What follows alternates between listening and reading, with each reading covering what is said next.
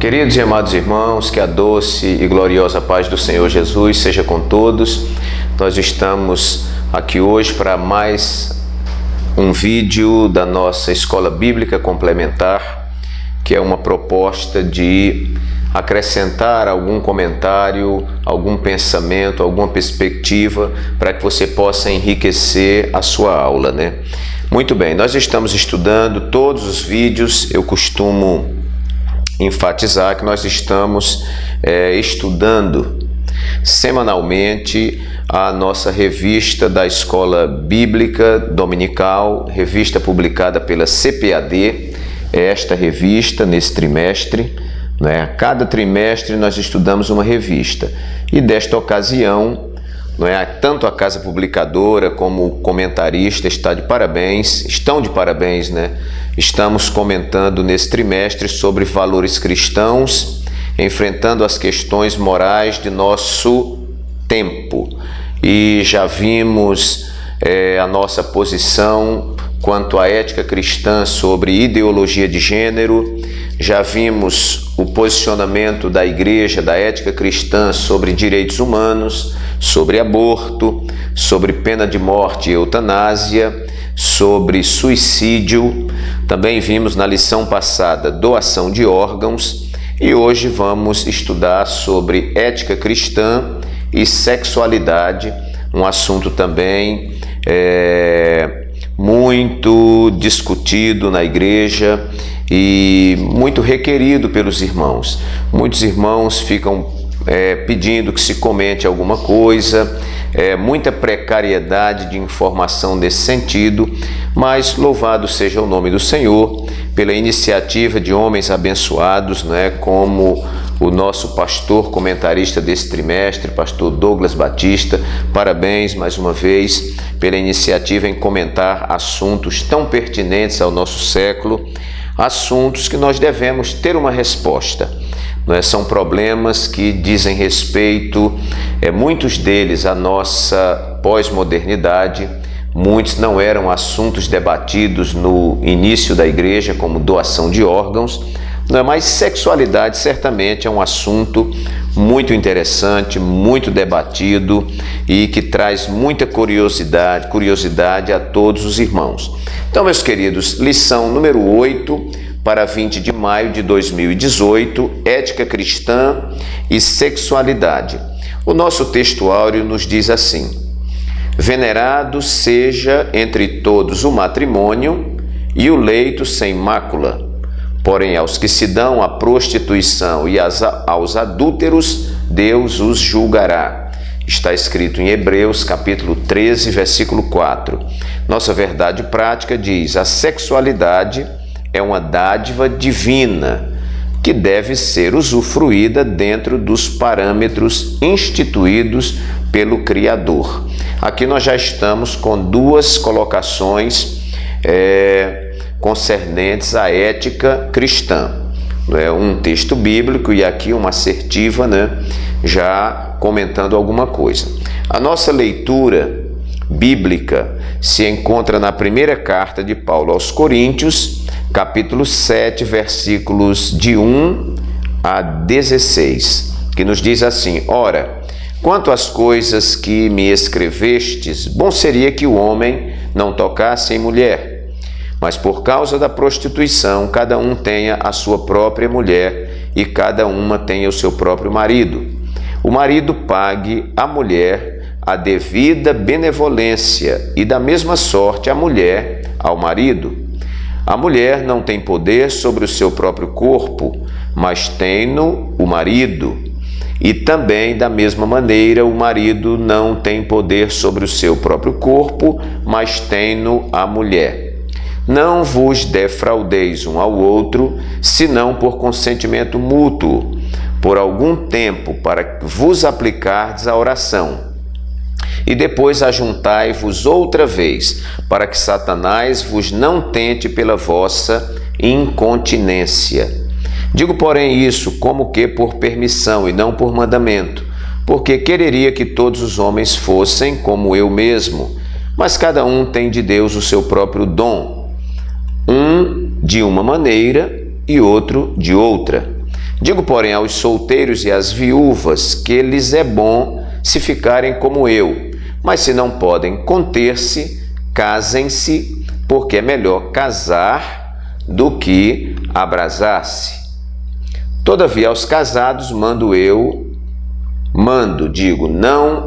mas o Senhor, que a mulher se não aparte do marido.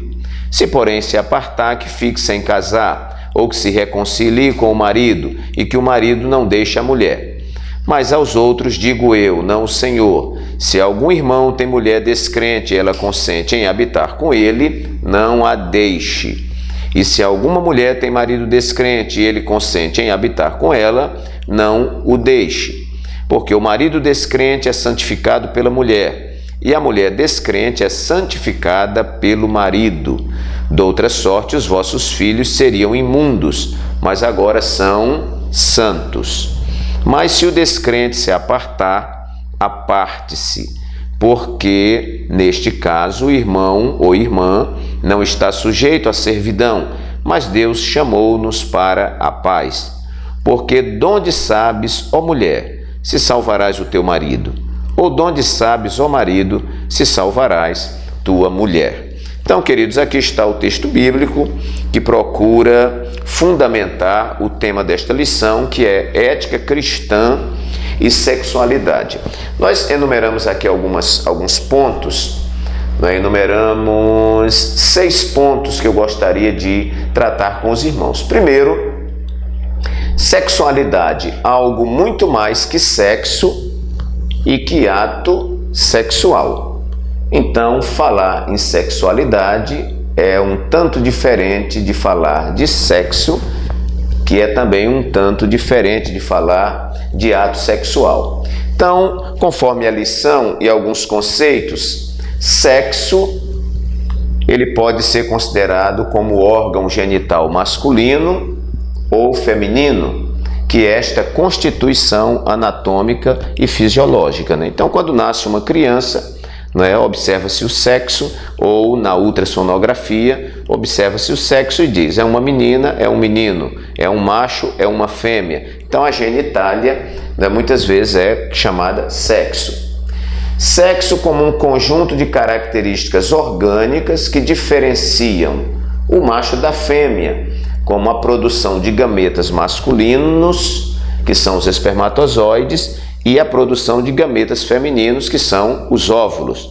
Então, o macho, ele produz, os espermatozoides, que são os gametas masculinos, e a fêmea produz o óvulo, que é nessa junção de espermatozoide e óvulo, quando há fecundação, que aí sim, se estabelece a vida, de uma criança. E aí vem, o feto e tudo mais, e a gestação da mulher.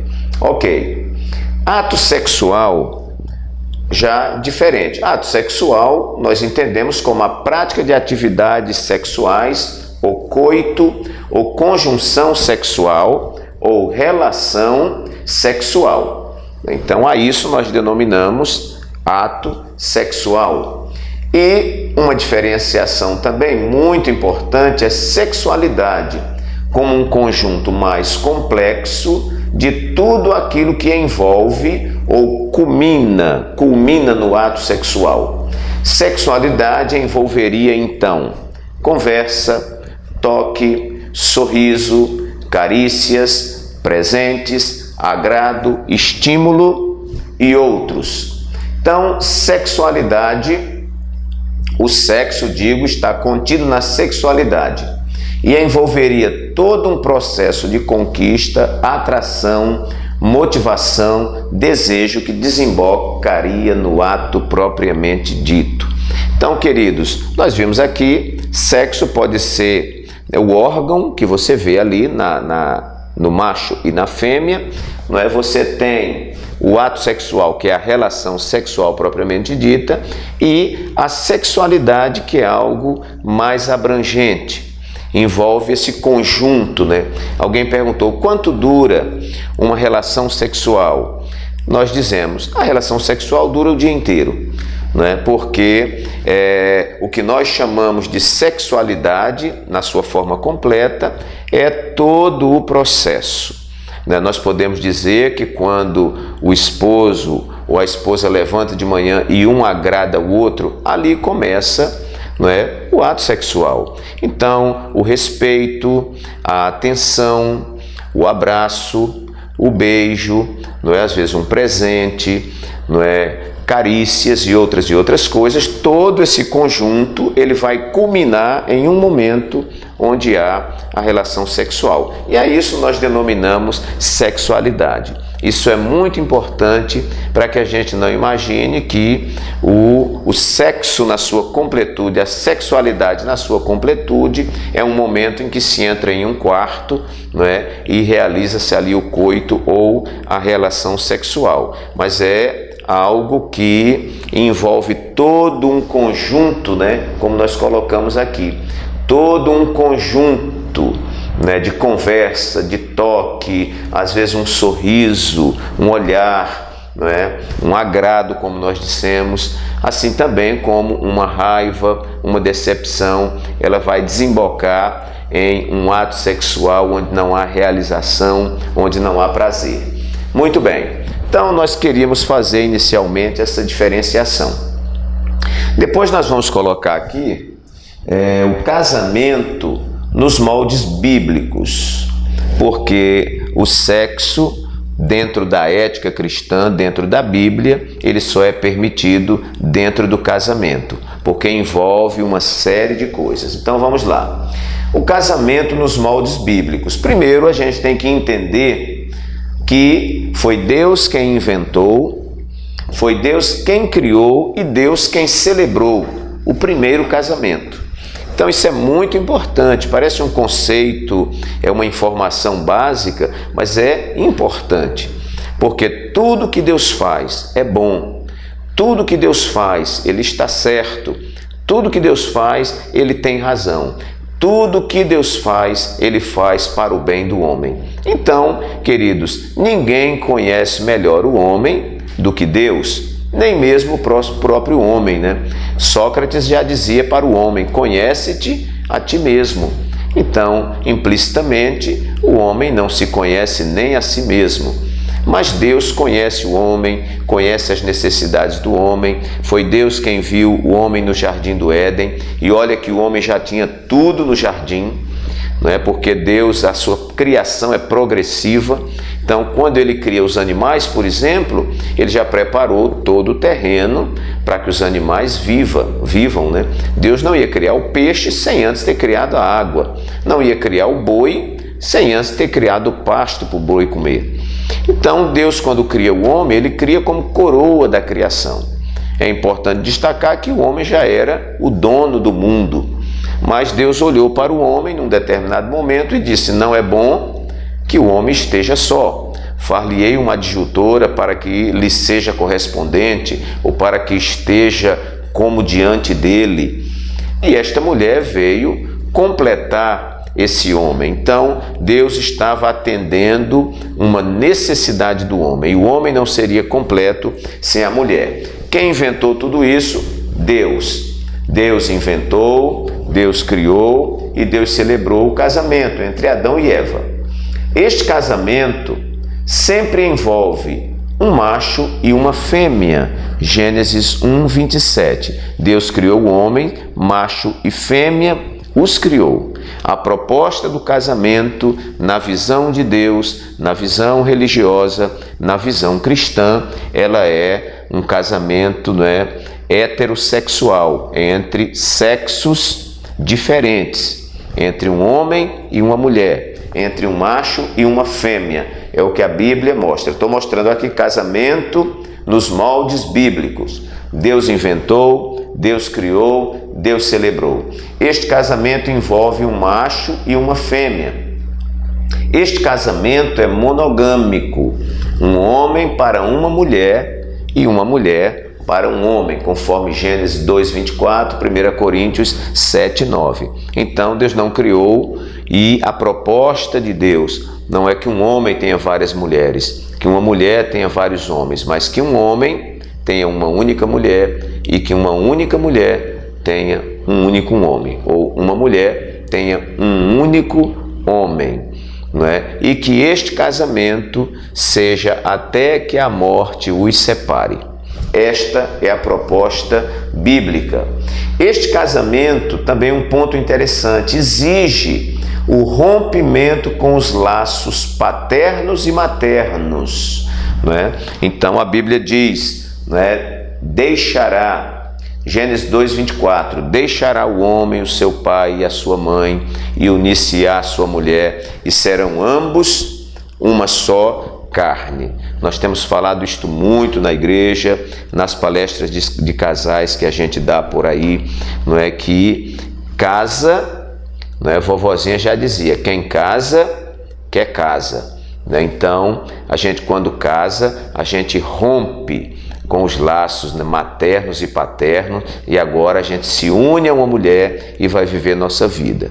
Isto não quer dizer que nós vamos perder o contato com o pai, perder o contato com a mãe, deixar de honrar pai e mãe, absolutamente. Agora, casou, você precisa ter a sua casinha, cuidar do seu casamento. Eu digo que este mandamento do Senhor, ele implica em intimidade. É muito ruim você casar e ficar morando dentro da casa dos pais, ficar morando no quintal dos pais. Isso compromete a intimidade do nosso casamento. Também priva ao casal de responsabilidade. Só casa e só deve casar quem está pronto a assumir uma responsabilidade, a dividir o que tem um com o outro, as coisas boas e as coisas ruins também, a administrarmos o problema dentro da nossa casa. E alguém dizia que quando o problema entra pela porta, o amor sai pela janela. Mas nós que somos cristãos, quando o problema entra pela porta, nós o trancamos em casa, dobramos os nossos joelhos ao lado da nossa cama e dissipamos todo o problema para a glória de Deus. Então, quando o homem deixa seu pai e sua mãe e se une à sua mulher, ele está aprimorando a sua intimidade, aprimorando a sua responsabilidade. Ele agora tirou uma moça da casa dos pais e ele deve cuidar dessa moça com muita responsabilidade. Um outro ponto interessante é que este casamento é uma nova construção. Casa de papai e mamãe já está lá, papai e mamãe já tiveram muito trabalho conosco, já nos criaram, já cuidaram de nós, agora vamos deixá-los tranquilos e quando a gente for lá vamos só para levar alegria para eles. Mas nós agora estamos estabelecendo uma nova construção. Eu estou junto com a minha esposa e nós agora vamos ter os nossos filhos e vamos educar os nossos filhos conforme o nosso modelo, vamos viver nossos momentos de alegria juntos, vamos viver os momentos de tristeza juntos, vamos viver os problemas, os arranhões, não é? As dificuldades de encaixe, não é? Juntos, trabalhando isso juntos, sem precisar de interferência de terceiros. Uma nova construção. E aqui também eu falo do amadurecimento do casamento.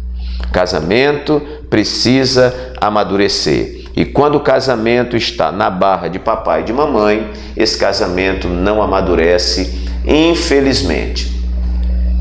Também, casamento nos moldes bíblicos, ele é um casamento para que seja modelo para a sociedade, legado para as gerações futuras e para a glória de Deus. Então, o meu casamento, o seu casamento, meu irmão, ele deve ser um modelo para a sociedade. A sociedade está apostando, está fazendo propaganda, né? Os militantes de outros pensamentos estão dizendo que casamento não tem valor, que casamento é fruto do patriarcalismo, é coisa arcaica, mas a igreja está de pé. E ela permanece defendendo a posição do casamento. E quem vai provar que o casamento é viável, que o casamento ainda é uma proposta de pé? Um casal cristão. Nós temos condições de, dentro da nossa casa, na rua que nós moramos, no bairro que nós moramos, na cidade que nós moramos, nós mostrarmos que essa proposta é uma proposta que está de pé, porque quem criou esta proposta foi Deus. Então, queridos, um modelo para a sociedade, um legado para as gerações. Meus filhos, no caso eu tenho 3 filhos, 2 já casaram, eu quero que eles levem. Eu disse no casamento do meu filho, falei: meu filho, olha, você viu um modelo de casamento na sua casa, você viu seu pai com sua mãe, então leve esse modelo para o seu casamento e ensine aos seus filhos também, seja um exemplo para eles, e nós vamos estar não só abençoando as gerações futuras, mas, acima de tudo, glorificando o nome do Senhor. Também, queridos, o casamento nos moldes bíblicos é uma complementaridade de ambos os cônjuges. Nós nos complementamos um no outro. Por isso nós não somos iguais e não poderíamos ser iguais. Eu sou diferente da minha esposa, que é diferente de mim, mas o que falta nela, eu de repente tenho, e o que falta em mim, ela tem. O que eu tenho, ela não tem, e o que ela tem, eu não tenho. Então a gente junta, e nessa complementaridade a gente tem um casamento somativo. O homem amando e a mulher se submetendo e os filhos obedecendo, esta é a regra bíblica. A Bíblia diz que o marido deve amar sua esposa assim como Cristo amou a igreja e se entregou por ela. E que a mulher deve se sujeitar ao seu marido, se submeter ao seu marido, assim como a igreja está submissa a Cristo. E que os filhos devem obedecer os seus pais, honrar os seus pais, para que tenham vida longa e para que tenham uma vida de sucesso. Muito bem. Então, meus amados, aqui nós colocamos o casamento nos moldes bíblicos. E a sexualidade está aí dentro dessa proposta divina. Quais são os propósitos do sexo? Bom, primeiro, quando Deus criou o homem e a mulher, Ele propôs que esta junção de um homem com a mulher, que o sexo entre o homem e a mulher fossem para procriação e multiplicação. Ora, Adão e Eva deveriam, através dos seus filhos e dos seus descendentes, povoar a terra. Quando Deus destrói o mundo no dilúvio, Ele também propõe a Noé, depois que passou o dilúvio, que Noé se estabelece com a família na terra, que também eles povoassem a terra, se multiplicassem. Então, o primeiro propósito do sexo no casamento é a procriação e a multiplicação da espécie humana. Esta procriação só se dá entre um macho e uma fêmea. Deus pretendia que a terra fosse habitada, conforme Gênesis, capítulo 1 e versículo 28. Um segundo ponto interessante é que o sexo no casamento, ele visa também o prazer mútuo, o prazer do homem e o prazer da mulher. Por que tantas pessoas vivem aí com sexo desregrado e sexo que acaba casamento e festas que terminam em sexo? Porque sexo é bom, sexo é prazeroso. Agora, o sexo fora do casamento, o sexo fora da bênção de Deus, o sexo irregular, ele termina em morte. E isso nós precisamos ter muito cuidado. Então, o sexo Deus criou não somente para que a mulher fosse uma reprodutora e fosse tendo filho, mas que houvesse também o prazer mútuo. Eu quero ler aqui no livro de Cantares, que é um livro até romântico, mas é um livro inspirado. No capítulo 4, versículos 10 a 12, aqui nós temos uma declaração de amor, do amado para a amada, da amada para o amado. Aí diz aqui: que belos são os teus amores, irmã minha, o amado falando. Ó esposa minha, quanto melhores são os teus amores do que o vinho, e o aroma dos teus bálsamos do que o de todas as especiarias. Favos de mel manam dos teus lábios, minha esposa. Mel e leite estão debaixo da tua língua, e o cheiro das tuas vestes é como o cheiro do Líbano. Jardim fechado és tu, irmã minha, esposa minha, manancial fechado, fonte selada. Que coisa linda a poesia bíblica, né? E aqui a gente vê o que é prazeroso no casamento. Há uma outra referência em Eclesiastes 9:9. Vamos ver aqui.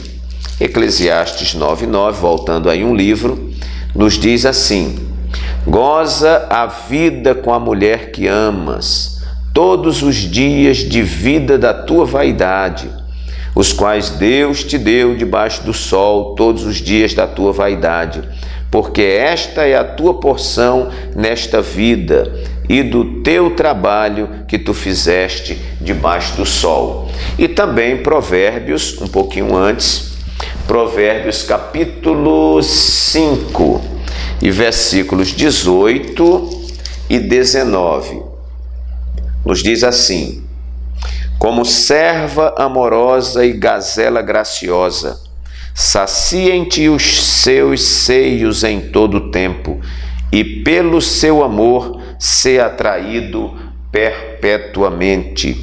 E no versículo 18 diz: seja bendito o teu manancial, e alegra-te com a mulher da tua mocidade. Então, o sexo não é para que que seja apenas um ato reprodutivo.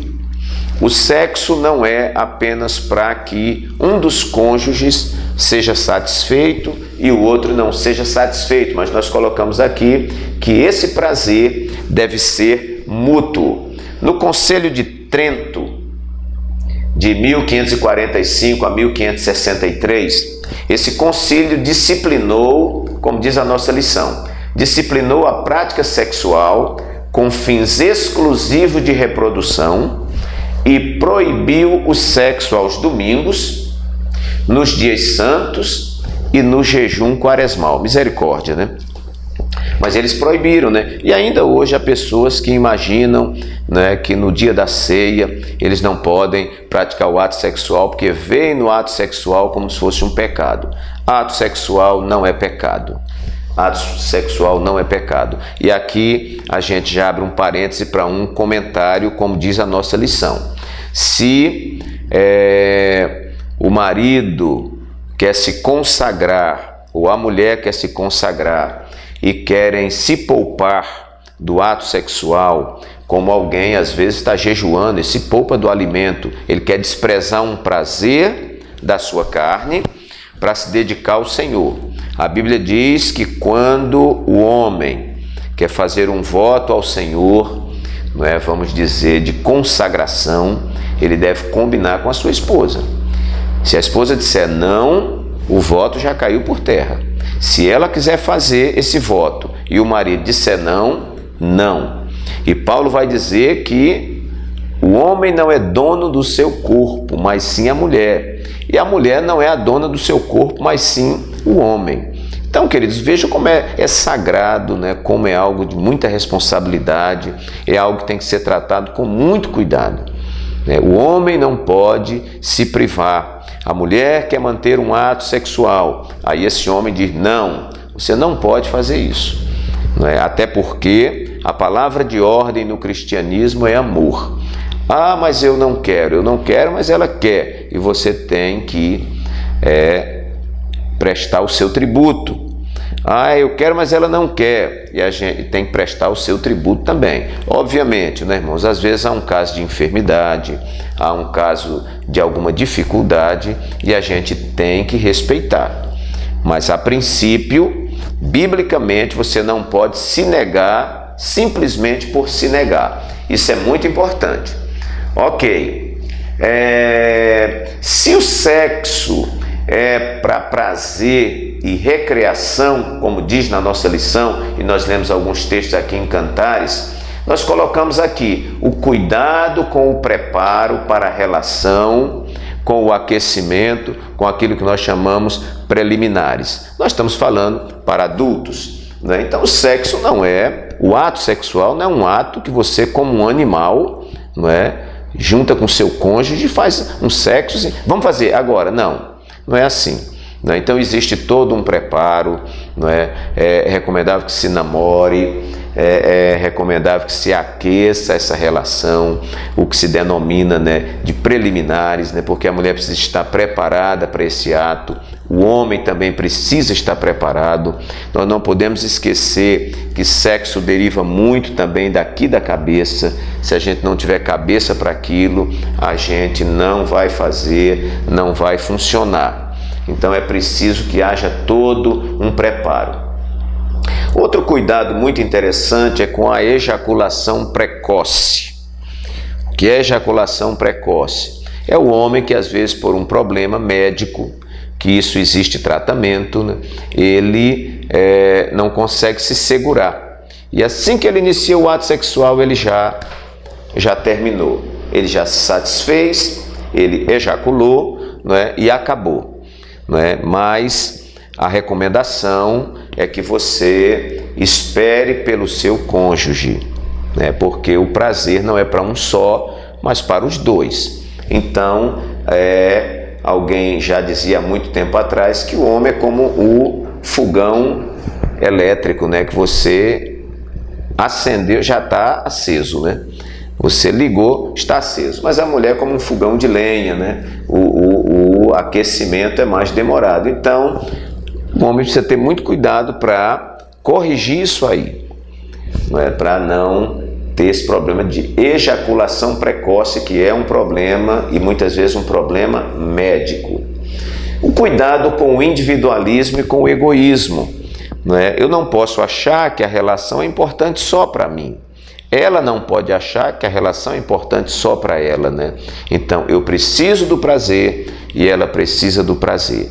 E aí, meus queridos, nada como um bom diálogo, nada como uma boa conversa para que a gente chegue em um entendimento. Também a lição traz o tema, o correto uso do corpo.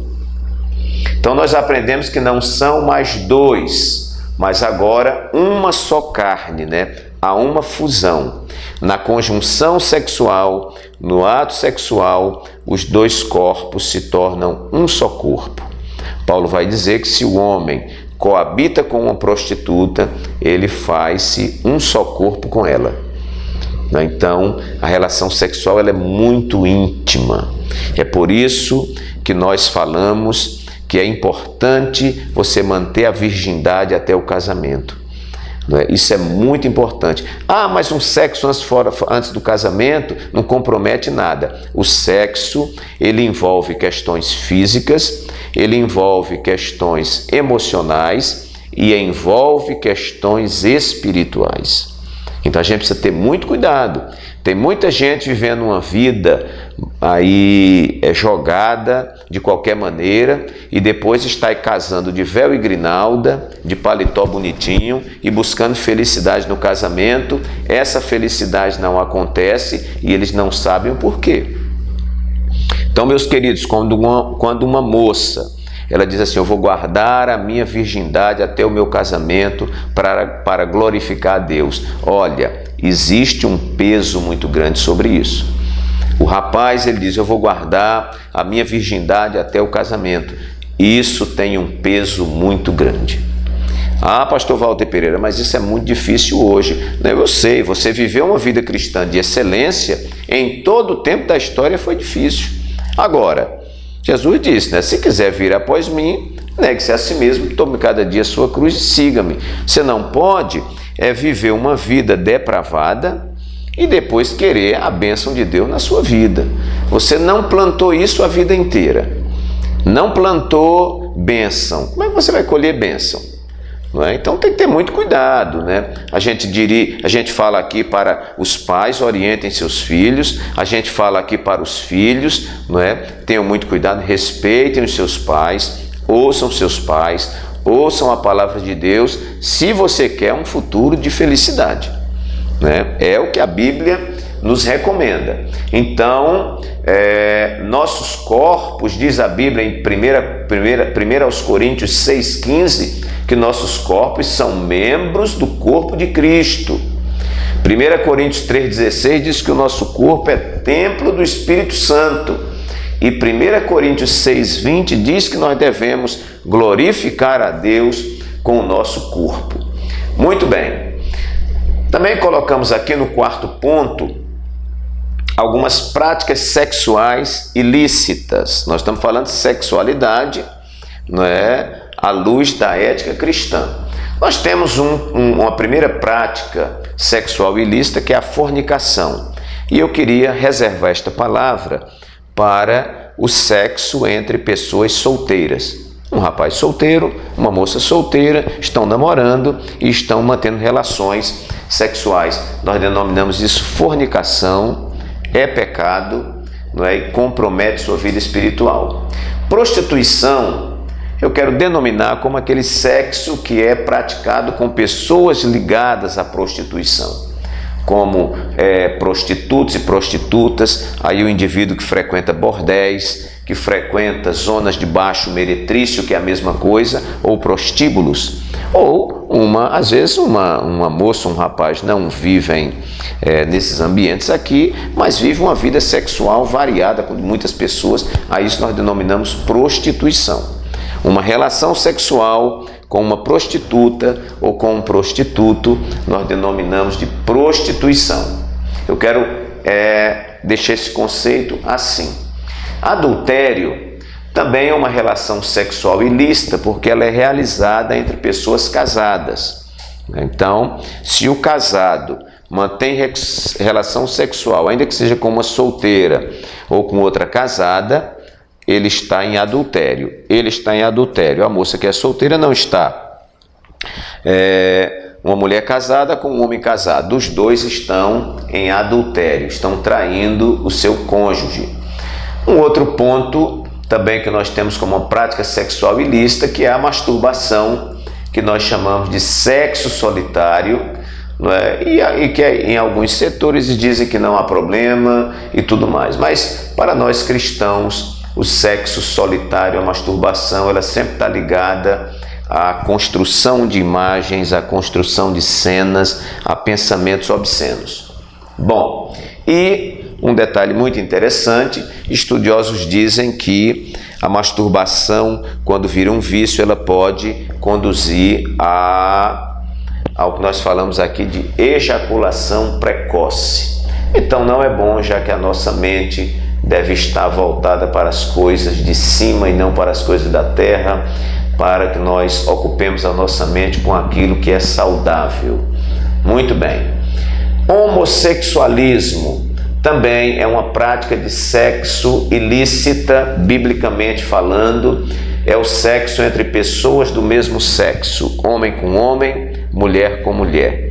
A Bíblia trata isso como profanação, está lá em Romanos 1, 26 e 27, e há outras referências bíblicas, né? Nós não concordamos com a prática homossexual. Existe outra prática também que não é lícita, que é a zoofilia ou bestialismo, que é o sexo com animais. Está lá em Levítico 18, 23.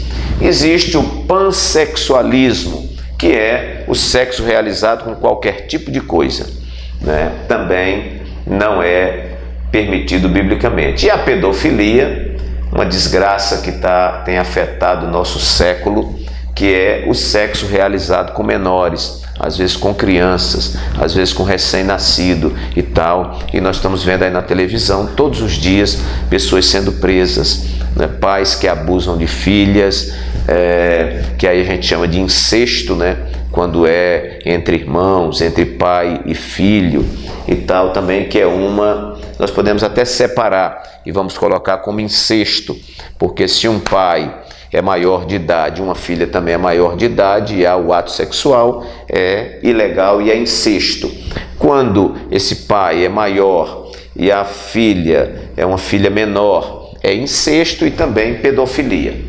Então, nós temos aqui uma frase da nossa lição que diz assim: não permitamos que o adultério, a prostituição, o homossexualismo, o aborto e a injustiça invadam os nossos lares pelos meios de comunicação, mas forcemos as portas do inferno até que as suas trancas se arrebentem.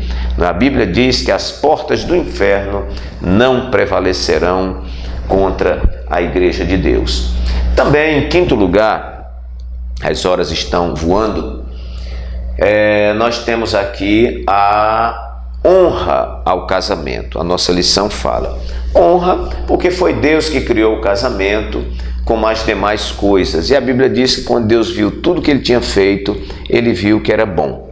Então a gente precisa honrar, respeitar, dignificar aquilo que Deus criou, porque Deus, como nós falamos, tudo que ele faz dá certo. Eu acredito que muito dos nossos males, muito do que nós estamos sofrendo no nosso século, aí pelo mundo, você pode observar que tudo isso é produção do homem. O homem, na sua maldade, no seu egoísmo, na sua prepotência, tem provocado todos esses males. Mas Deus, tudo que ele fez e ele disse que tudo que ele havia feito era bom.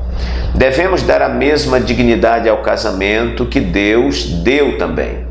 O matrimônio deve ser honrado por todos e o leito sem mácula, Hebreus 13:4. E o respeito começa, nos conceitos que nós damos ao casamento, Então, queridos, a gente precisa honrar o casamento, a gente precisa valorizar o casamento, a gente precisa dignificar o casamento e, como disse o escritor aos Hebreus, que o leito seja sem mácula. É muito triste um leito que está recheado de traições, um leito que está recheado de mentiras, Que Deus nos ajude, que Deus nos cubra com o seu sangue, E nós possamos sobreviver a esse tempo de tanta dificuldade. Também, queridos, enumeramos aqui alguns problemas que nós temos hoje quanto a essa questão de sexualidade ou do sexo, Primeiro problema, a banalização do sexo.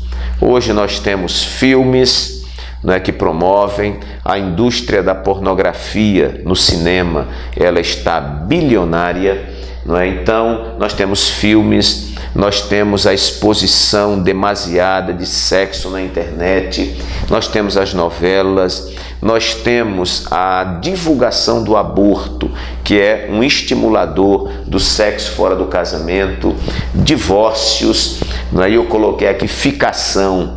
Ficação são esses relacionamentos que não existe responsabilidade nenhuma. Alguém vai para passar uma noite com alguém. E às vezes lá o coroamento da sua diversão é o sexo, E nós temos também a imoralidade e a pornografia que estão campeando. E todas essas coisas vão banalizando. Nós temos hoje adolescentes praticando sexo, E às vezes com o consentimento de pais. Então nós temos que ter muito cuidado, porque alguém diz, os ensinos da Bíblia são retrógrados, o mundo evoluiu. Meus queridos, eu fico observando a evolução do mundo, parece que nós estamos evoluindo para a nossa desgraça. E isso não é evolução, isto é involução. Evolução, ela deve sempre nos levar para um lugar melhor.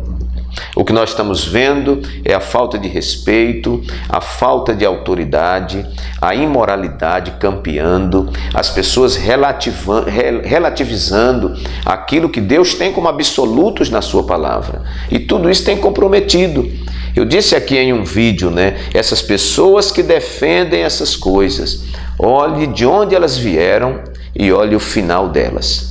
Se vai ser um final de felicidade. Muitas vezes são pessoas que no passado foram abusadas pelos pais, abusadas pelos parentes, viveram uma vida de tortura e hoje, não sei que distúrbio eles têm na mente, estão querendo implantar essas coisas que contrariam a palavra de Deus. Também a falta de ensino, de instrução, de debate franco e instrutivo, a falta de educação. Então, eu agradeço a Deus por hoje nós temos uma lição como essa, onde a gente abre essa temática para a gente discutir e para a gente levar informações para a igreja, para que os irmãos tenham posicionamento, né? Os tabus, nós não precisamos ter medo de falar sobre isso. Então, obviamente, respeitando as idades, né? Mas a partir dos nossos adolescentes, a gente deve, dentro da medida, né, já ir orientando alguma coisa, até porque nas escolas, muitas vezes, não há parâmetros, às vezes não há temor de Deus. E aí, alguém que induz a esses tipos de ensino, cartilhas demoníacas, né, mostrando à criança o que não é tempo dela ver e muitas vezes contaminando tudo isso. Então, nós precisamos nos livrar desse tabu. Já que nós temos uma ética cristã, já que a Bíblia fala sobre esse tema, nós precisamos instruir nossos adolescentes, nossos jovens, os senhores e as senhoras. Nós temos pessoas de cabeça branca na igreja que não tiveram nenhuma instrução. E também outro problema, sexo como pecado na igreja. O pecado está em sua perversão. Sexo nunca foi pecado, desde que ele seja realizado dentro do casamento e que não seja realizado de forma pervertida, como o mundo tem feito, como o mundo tem ensinado. Então, meus queridos irmãos, a sexualidade foi uma bênção de Deus que Deus plantou para aqueles que são casados, para aqueles que vivem felizes, em nome do Senhor Jesus. Que Deus possa abençoar a todos os senhores, a todas as senhoras, e que este vídeo possa, de alguma forma, trazer uma colaboração para a sua aula, para o seu aprendizado. Que Deus nos abençoe, e aqui o nosso abraço carinhoso do pastor Walter Pereira. Que Deus te abençoe em nome de Jesus.